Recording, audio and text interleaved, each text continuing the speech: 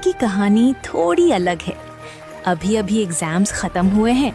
गर्मी की वो आलसी दोपहर, चारों तरफ एक हल्की सी खामोशी। हम सब विक्रम के घर पे जमा हुए हैं। अड्डा चल रहा है, कोई लेटा हुआ है तो कोई बैठकर बातों में मशगूल है। विक्रांत तब अपनी पुरानी किताबों की अलमारी, यानी एक छोटा सा लाइब्रेरी कह सकते हो, वो छानबीन कर रहा है। अचानक ही धूल झाड़ते हुए एक कोने से उसने निकाला एक पुराना पीला कागज, एक मैप। देखो पोल्टू दिया, मुझे एक मैप मिला है। मुझे लग रहा है एग्जाम्स तो खत्म हो गए, अब अगर कहीं थोड़ा एडवेंचर हो जाता तो बुरा नहीं होता। ठीक ही कहा तुमने, इस शहर के बंद कमरे में बैठे रहना अब और अच्छा नहीं लगता। मामा के घर जाएंगे तो कम से कम थोड़ा फ्रेश हो पाएंगे। तो फिर ठीक है, हम सब जा रहे हैं मामा के घर। एकदम। और ये मैप अगर सच में किसी रहस्य की तरफ इशारा कर रहा है क्या पता, शायद ये यात्रा हमारी सबसे बड़ी एडवेंचर होने वाली है।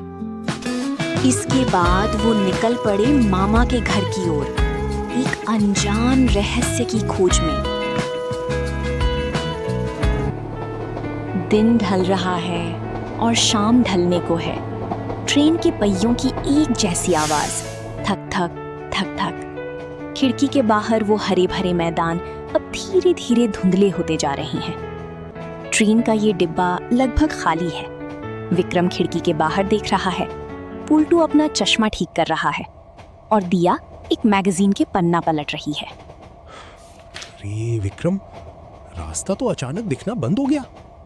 खिड़की के बाहर इतना कोहरा क्यों दिख रहा है? अभी तो कोहरा होने का वक्त नहीं है। सही तो है, चारों तरफ कितना धुंधला हो रहा है और इस कैबिन की लाइट्स कैसे टिमटिमा रही हैं। विक्रम, क्या अगला स्टेशन ही मामा का घर है?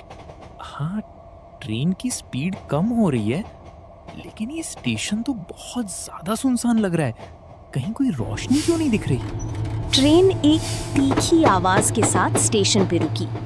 विक्रम, पोल्टू और दिया अपना बैग लेकर प्लेटफॉर्म पे उतरे। चारों तरफ घनघोर अंधेरा है। प्लेटफॉर्म का टूटा फूटा जंग लगा हुआ एक शेड, वहां से टप टप करके पानी गिरने की आवाज आ रही है। स्टेशन का बोर्ड भी आधा टूटा हुआ है, सिर्फ अंधेरा ही नजर आ रहा है। भाई विक्रम, मुझे ना ये जगह कुछ ठीक नहीं लग रही। एक इंसान तक नहीं है यहाँ, एक स्ट्रीट लाइट तक नहीं चल रही है। सन्नाटा तो देख, स्टेशन की घड़ी ठीक शाम की 6 बजे भी रुकी हुई है, जबकि अभी तो 7 बजने चाहिए। विक्रम, मामा कहाँ है? कोई आया क्यों नहीं? रुको, मैं देखता हूँ। वो देखो, दूर एक लैंटर्न की रोशनी दिख रही है। चलो जाकर पूछते हैं। तीनों दोस्त उस लैंटर्न की रोशनी की तरफ बढ़ने लगे। कोहरे के बीच से एक बूढ़ा आदमी हाथ में लैंटर्न लिए धीरे धीरे आगे आ रहा है। ट्रेन प्लेटफॉर्म छोड़कर जा चुकी है। उन तीनों के सामने अब सिर्फ अंधेरा है और दूर वो एक बूढ़ा आदमी हाथ में पुराना लैंटर्न लिए खड़ी है। दादू सुनिए, क्या ये कालीपुर स्टेशन है? कालीपुर? नहीं बेटा, तुम लोग तो एक स्टेशन पहले ही उतर गए हो। ये अंधकारपुर है। कालीपुर यहाँ से बहुत दूर है। ए विक्रम, तूने तो मैप देखकर कहा था कि यही वो स्टेशन है। अब इस रात दोपहर को हम यहाँ क्या करेंगे? शांत हो जाओ पोल्टू, झगड़ा करके कोई फायदा नहीं है। अच्छा दादू, यहाँ से कालीपुर जाने के लिए कोई रिक्शा मिलेगा? नहीं माँ, इस वक्त स्टेशन पे कोई रिक्शा नहीं मिलती। एक ही रास्ता है, इस रेल लाइन के साथ साथ सीधे चलते जाओ। आधे घंटे तक चलोगे तो अगला स्टेशन वही तुम्हारी मंजिल होगी।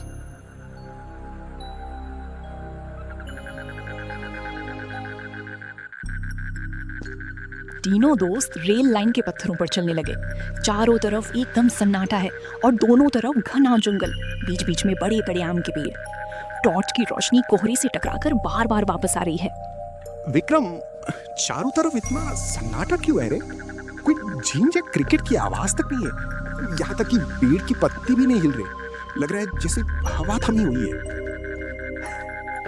डर मत, उस लैंटर्न वाले आदमी ने तो कहा आधे घंटे का रास्ता है, हमें जल्दी चलना होगा। लेकिन एक बात नोटिस की तुमने? क्या बात है विक्रम? स्टेशन की वो घड़ी शाम के 6 बजे पे रुकी हुई थी, लेकिन मैंने ट्रेन से उतरने से पहले फोन में वक्त देखा था तब 7 बज रहे थे और अब देखो मेरे फोन का डिस्प्ले कैसे धुंधला हो गया है, कुछ दिखाई नहीं दे रहा। अचानक पास के जंगल से एक खर की आवाज आई।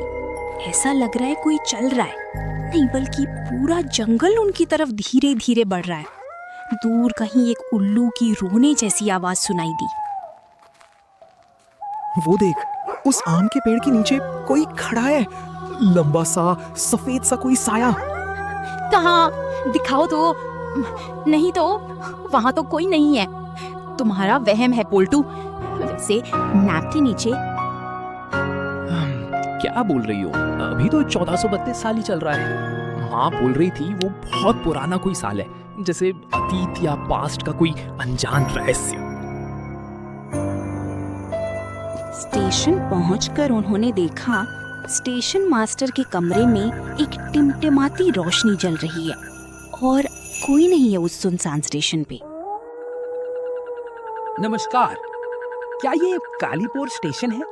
हमें अनिमेश चैटर्जी के घर जाना है, लेकिन इस स्टेशन की ऐसी हालत क्यों है? कालीपुर?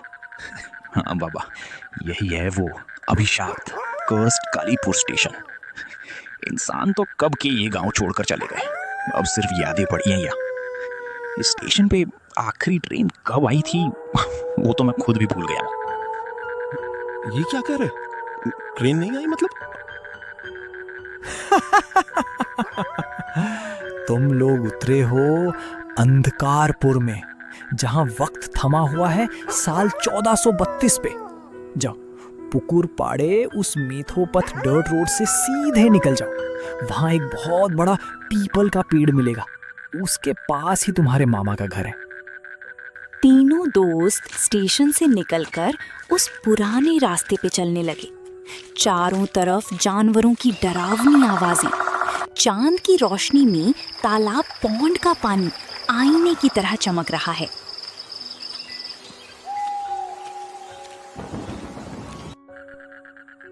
वो देखो, दूर वो बड़ा सा अश्वत्था का पेड़ और उसके पीछे वो पुरानी सी जमींदार बाड़ी दिख रही है। आखिरकार पहुंच गए। लेकिन मामा स्टेशन क्यों नहीं आए? और वो स्टेशन मास्टर क्या उल्टी पुल्टी बातें कर रहा था? बारी के सामने पहुंचकर उन्होंने देखा लकड़ी का एक भारी सदर दरवाजा। दरवाजे के सामने एक महिला खड़ी है, हाथ में एक प्रदीप लिए, सफेद साड़ी पहनी हुई। वो उनकी मामी है। आ गए तुम लोग? बेहद देर कर दी। तुम्हारे मामा अंदर तुम्हारा इंतजार कर रहे हैं, अंदर आओ। मामी, क्या आपने हमें पहचान लिया? हम तो बहुत सालों बाद आए हैं। अंदर आओ, बाहर की ये रात अच्छी नहीं है। वो जैसे ही घर के अंदर दाखिल हुए, देखा अंदर का माहौल बिल्कुल अलग है। टेबल पे ढेर सारा खाना सजा हुआ है, लेकिन कहीं कोई आवाज नहीं है। मामा अनिमेश चैटर्जी एक चेयर पे बैठे हैं, लेकिन उनका पीठ उनकी तरफ है। वो पीछे मुड़कर बैठे हैं। बहुत सालों बाद आए विक्रम, दिया और पोल्टू। बहुत अच्छा हुआ, तुम लोग बहुत दूर से पैदल चलकर आए हो, थक गए होगे निश्चय ही। हाथ मुंह धोकर झटपट खा लो। ज्यादा बातें करके वक्त बर्बाद मत करो, सीधे सोने चले जाओ। ऊपर की मंजिल पे पश्चिम वाला कमरा तुम्हारे लिए सजा दिया है। एक बात याद रखना, रात को खिड़की के बाहर मत झांकना, और कोई आवाज भी आए तो बाहर मत निकलना। इस गांव की रात की हवा अच्छी नहीं है। मामी, आपके हाथ का खाना बिल्कुल पहले जैसा ही स्वादिष्ट है, लेकिन सब इतना सुनसान क्यों है? किसी कुत्ते या सियार तक की आवाज नहीं आ रही।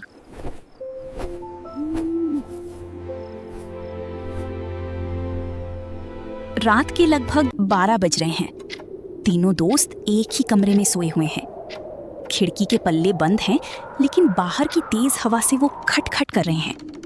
अचानक खिड़की के ऊपर किसी के नाखूनों से खरोचने की आवाज आई।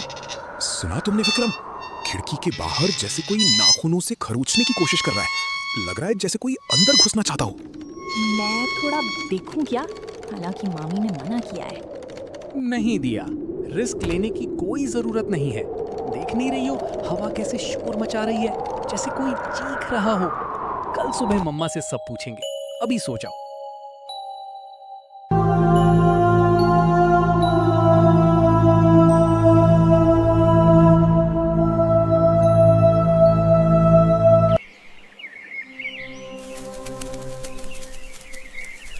सूरज निकल चुका है।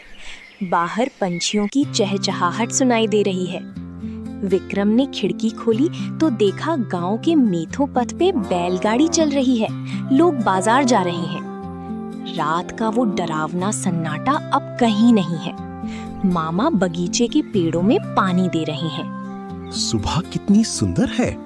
कल रात का वो अंधकारपुर और आज का ये कालीपुर, दोनों में जमीन आसमान का फर्क है।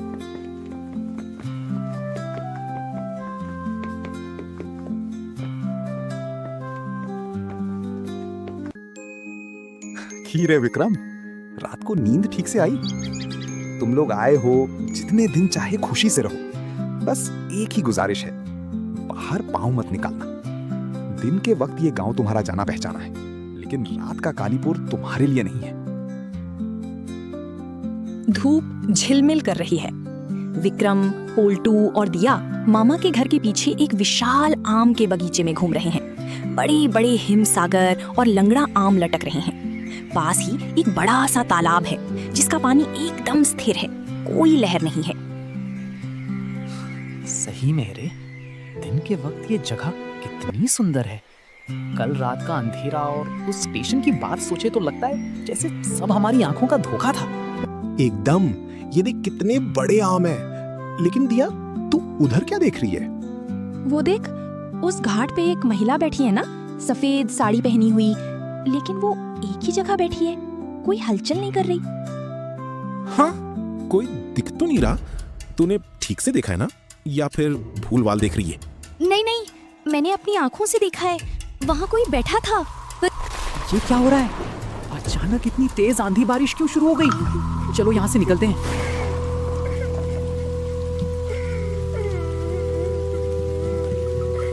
अरे अरे वो क्या है? वो वहां बैठा है। पोल्टू, दिया, भागो। दिया, तुमने सही देखा था। भागो भागो यहाँ से।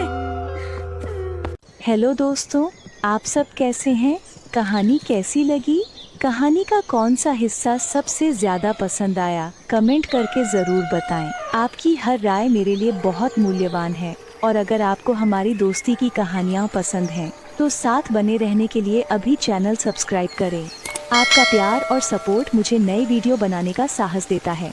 अच्छा देखना, स्वस्थ रहना। जल्द ही नई कहानी के साथ मिलते हैं। टाटा। हेलो दोस्तों, आप सब कैसे हैं? कहानी कैसी लगी? कहानी का कौन सा हिस्सा सबसे ज़्यादा पसंद आया? कमेंट करके ज़रूर बताएं। आपकी हर राय मेरे लिए बहुत मूल्यवान है। और अगर आपको हमारी दोस्ती की कहानियाँ पसंद हैं तो साथ बने रहने के लिए अभी चैनल सब्सक्राइब करें।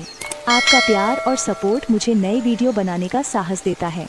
अच्छा देखना, स्वस्थ रहना। जल्द ही नई कहानी के साथ मिलते हैं। टाटा।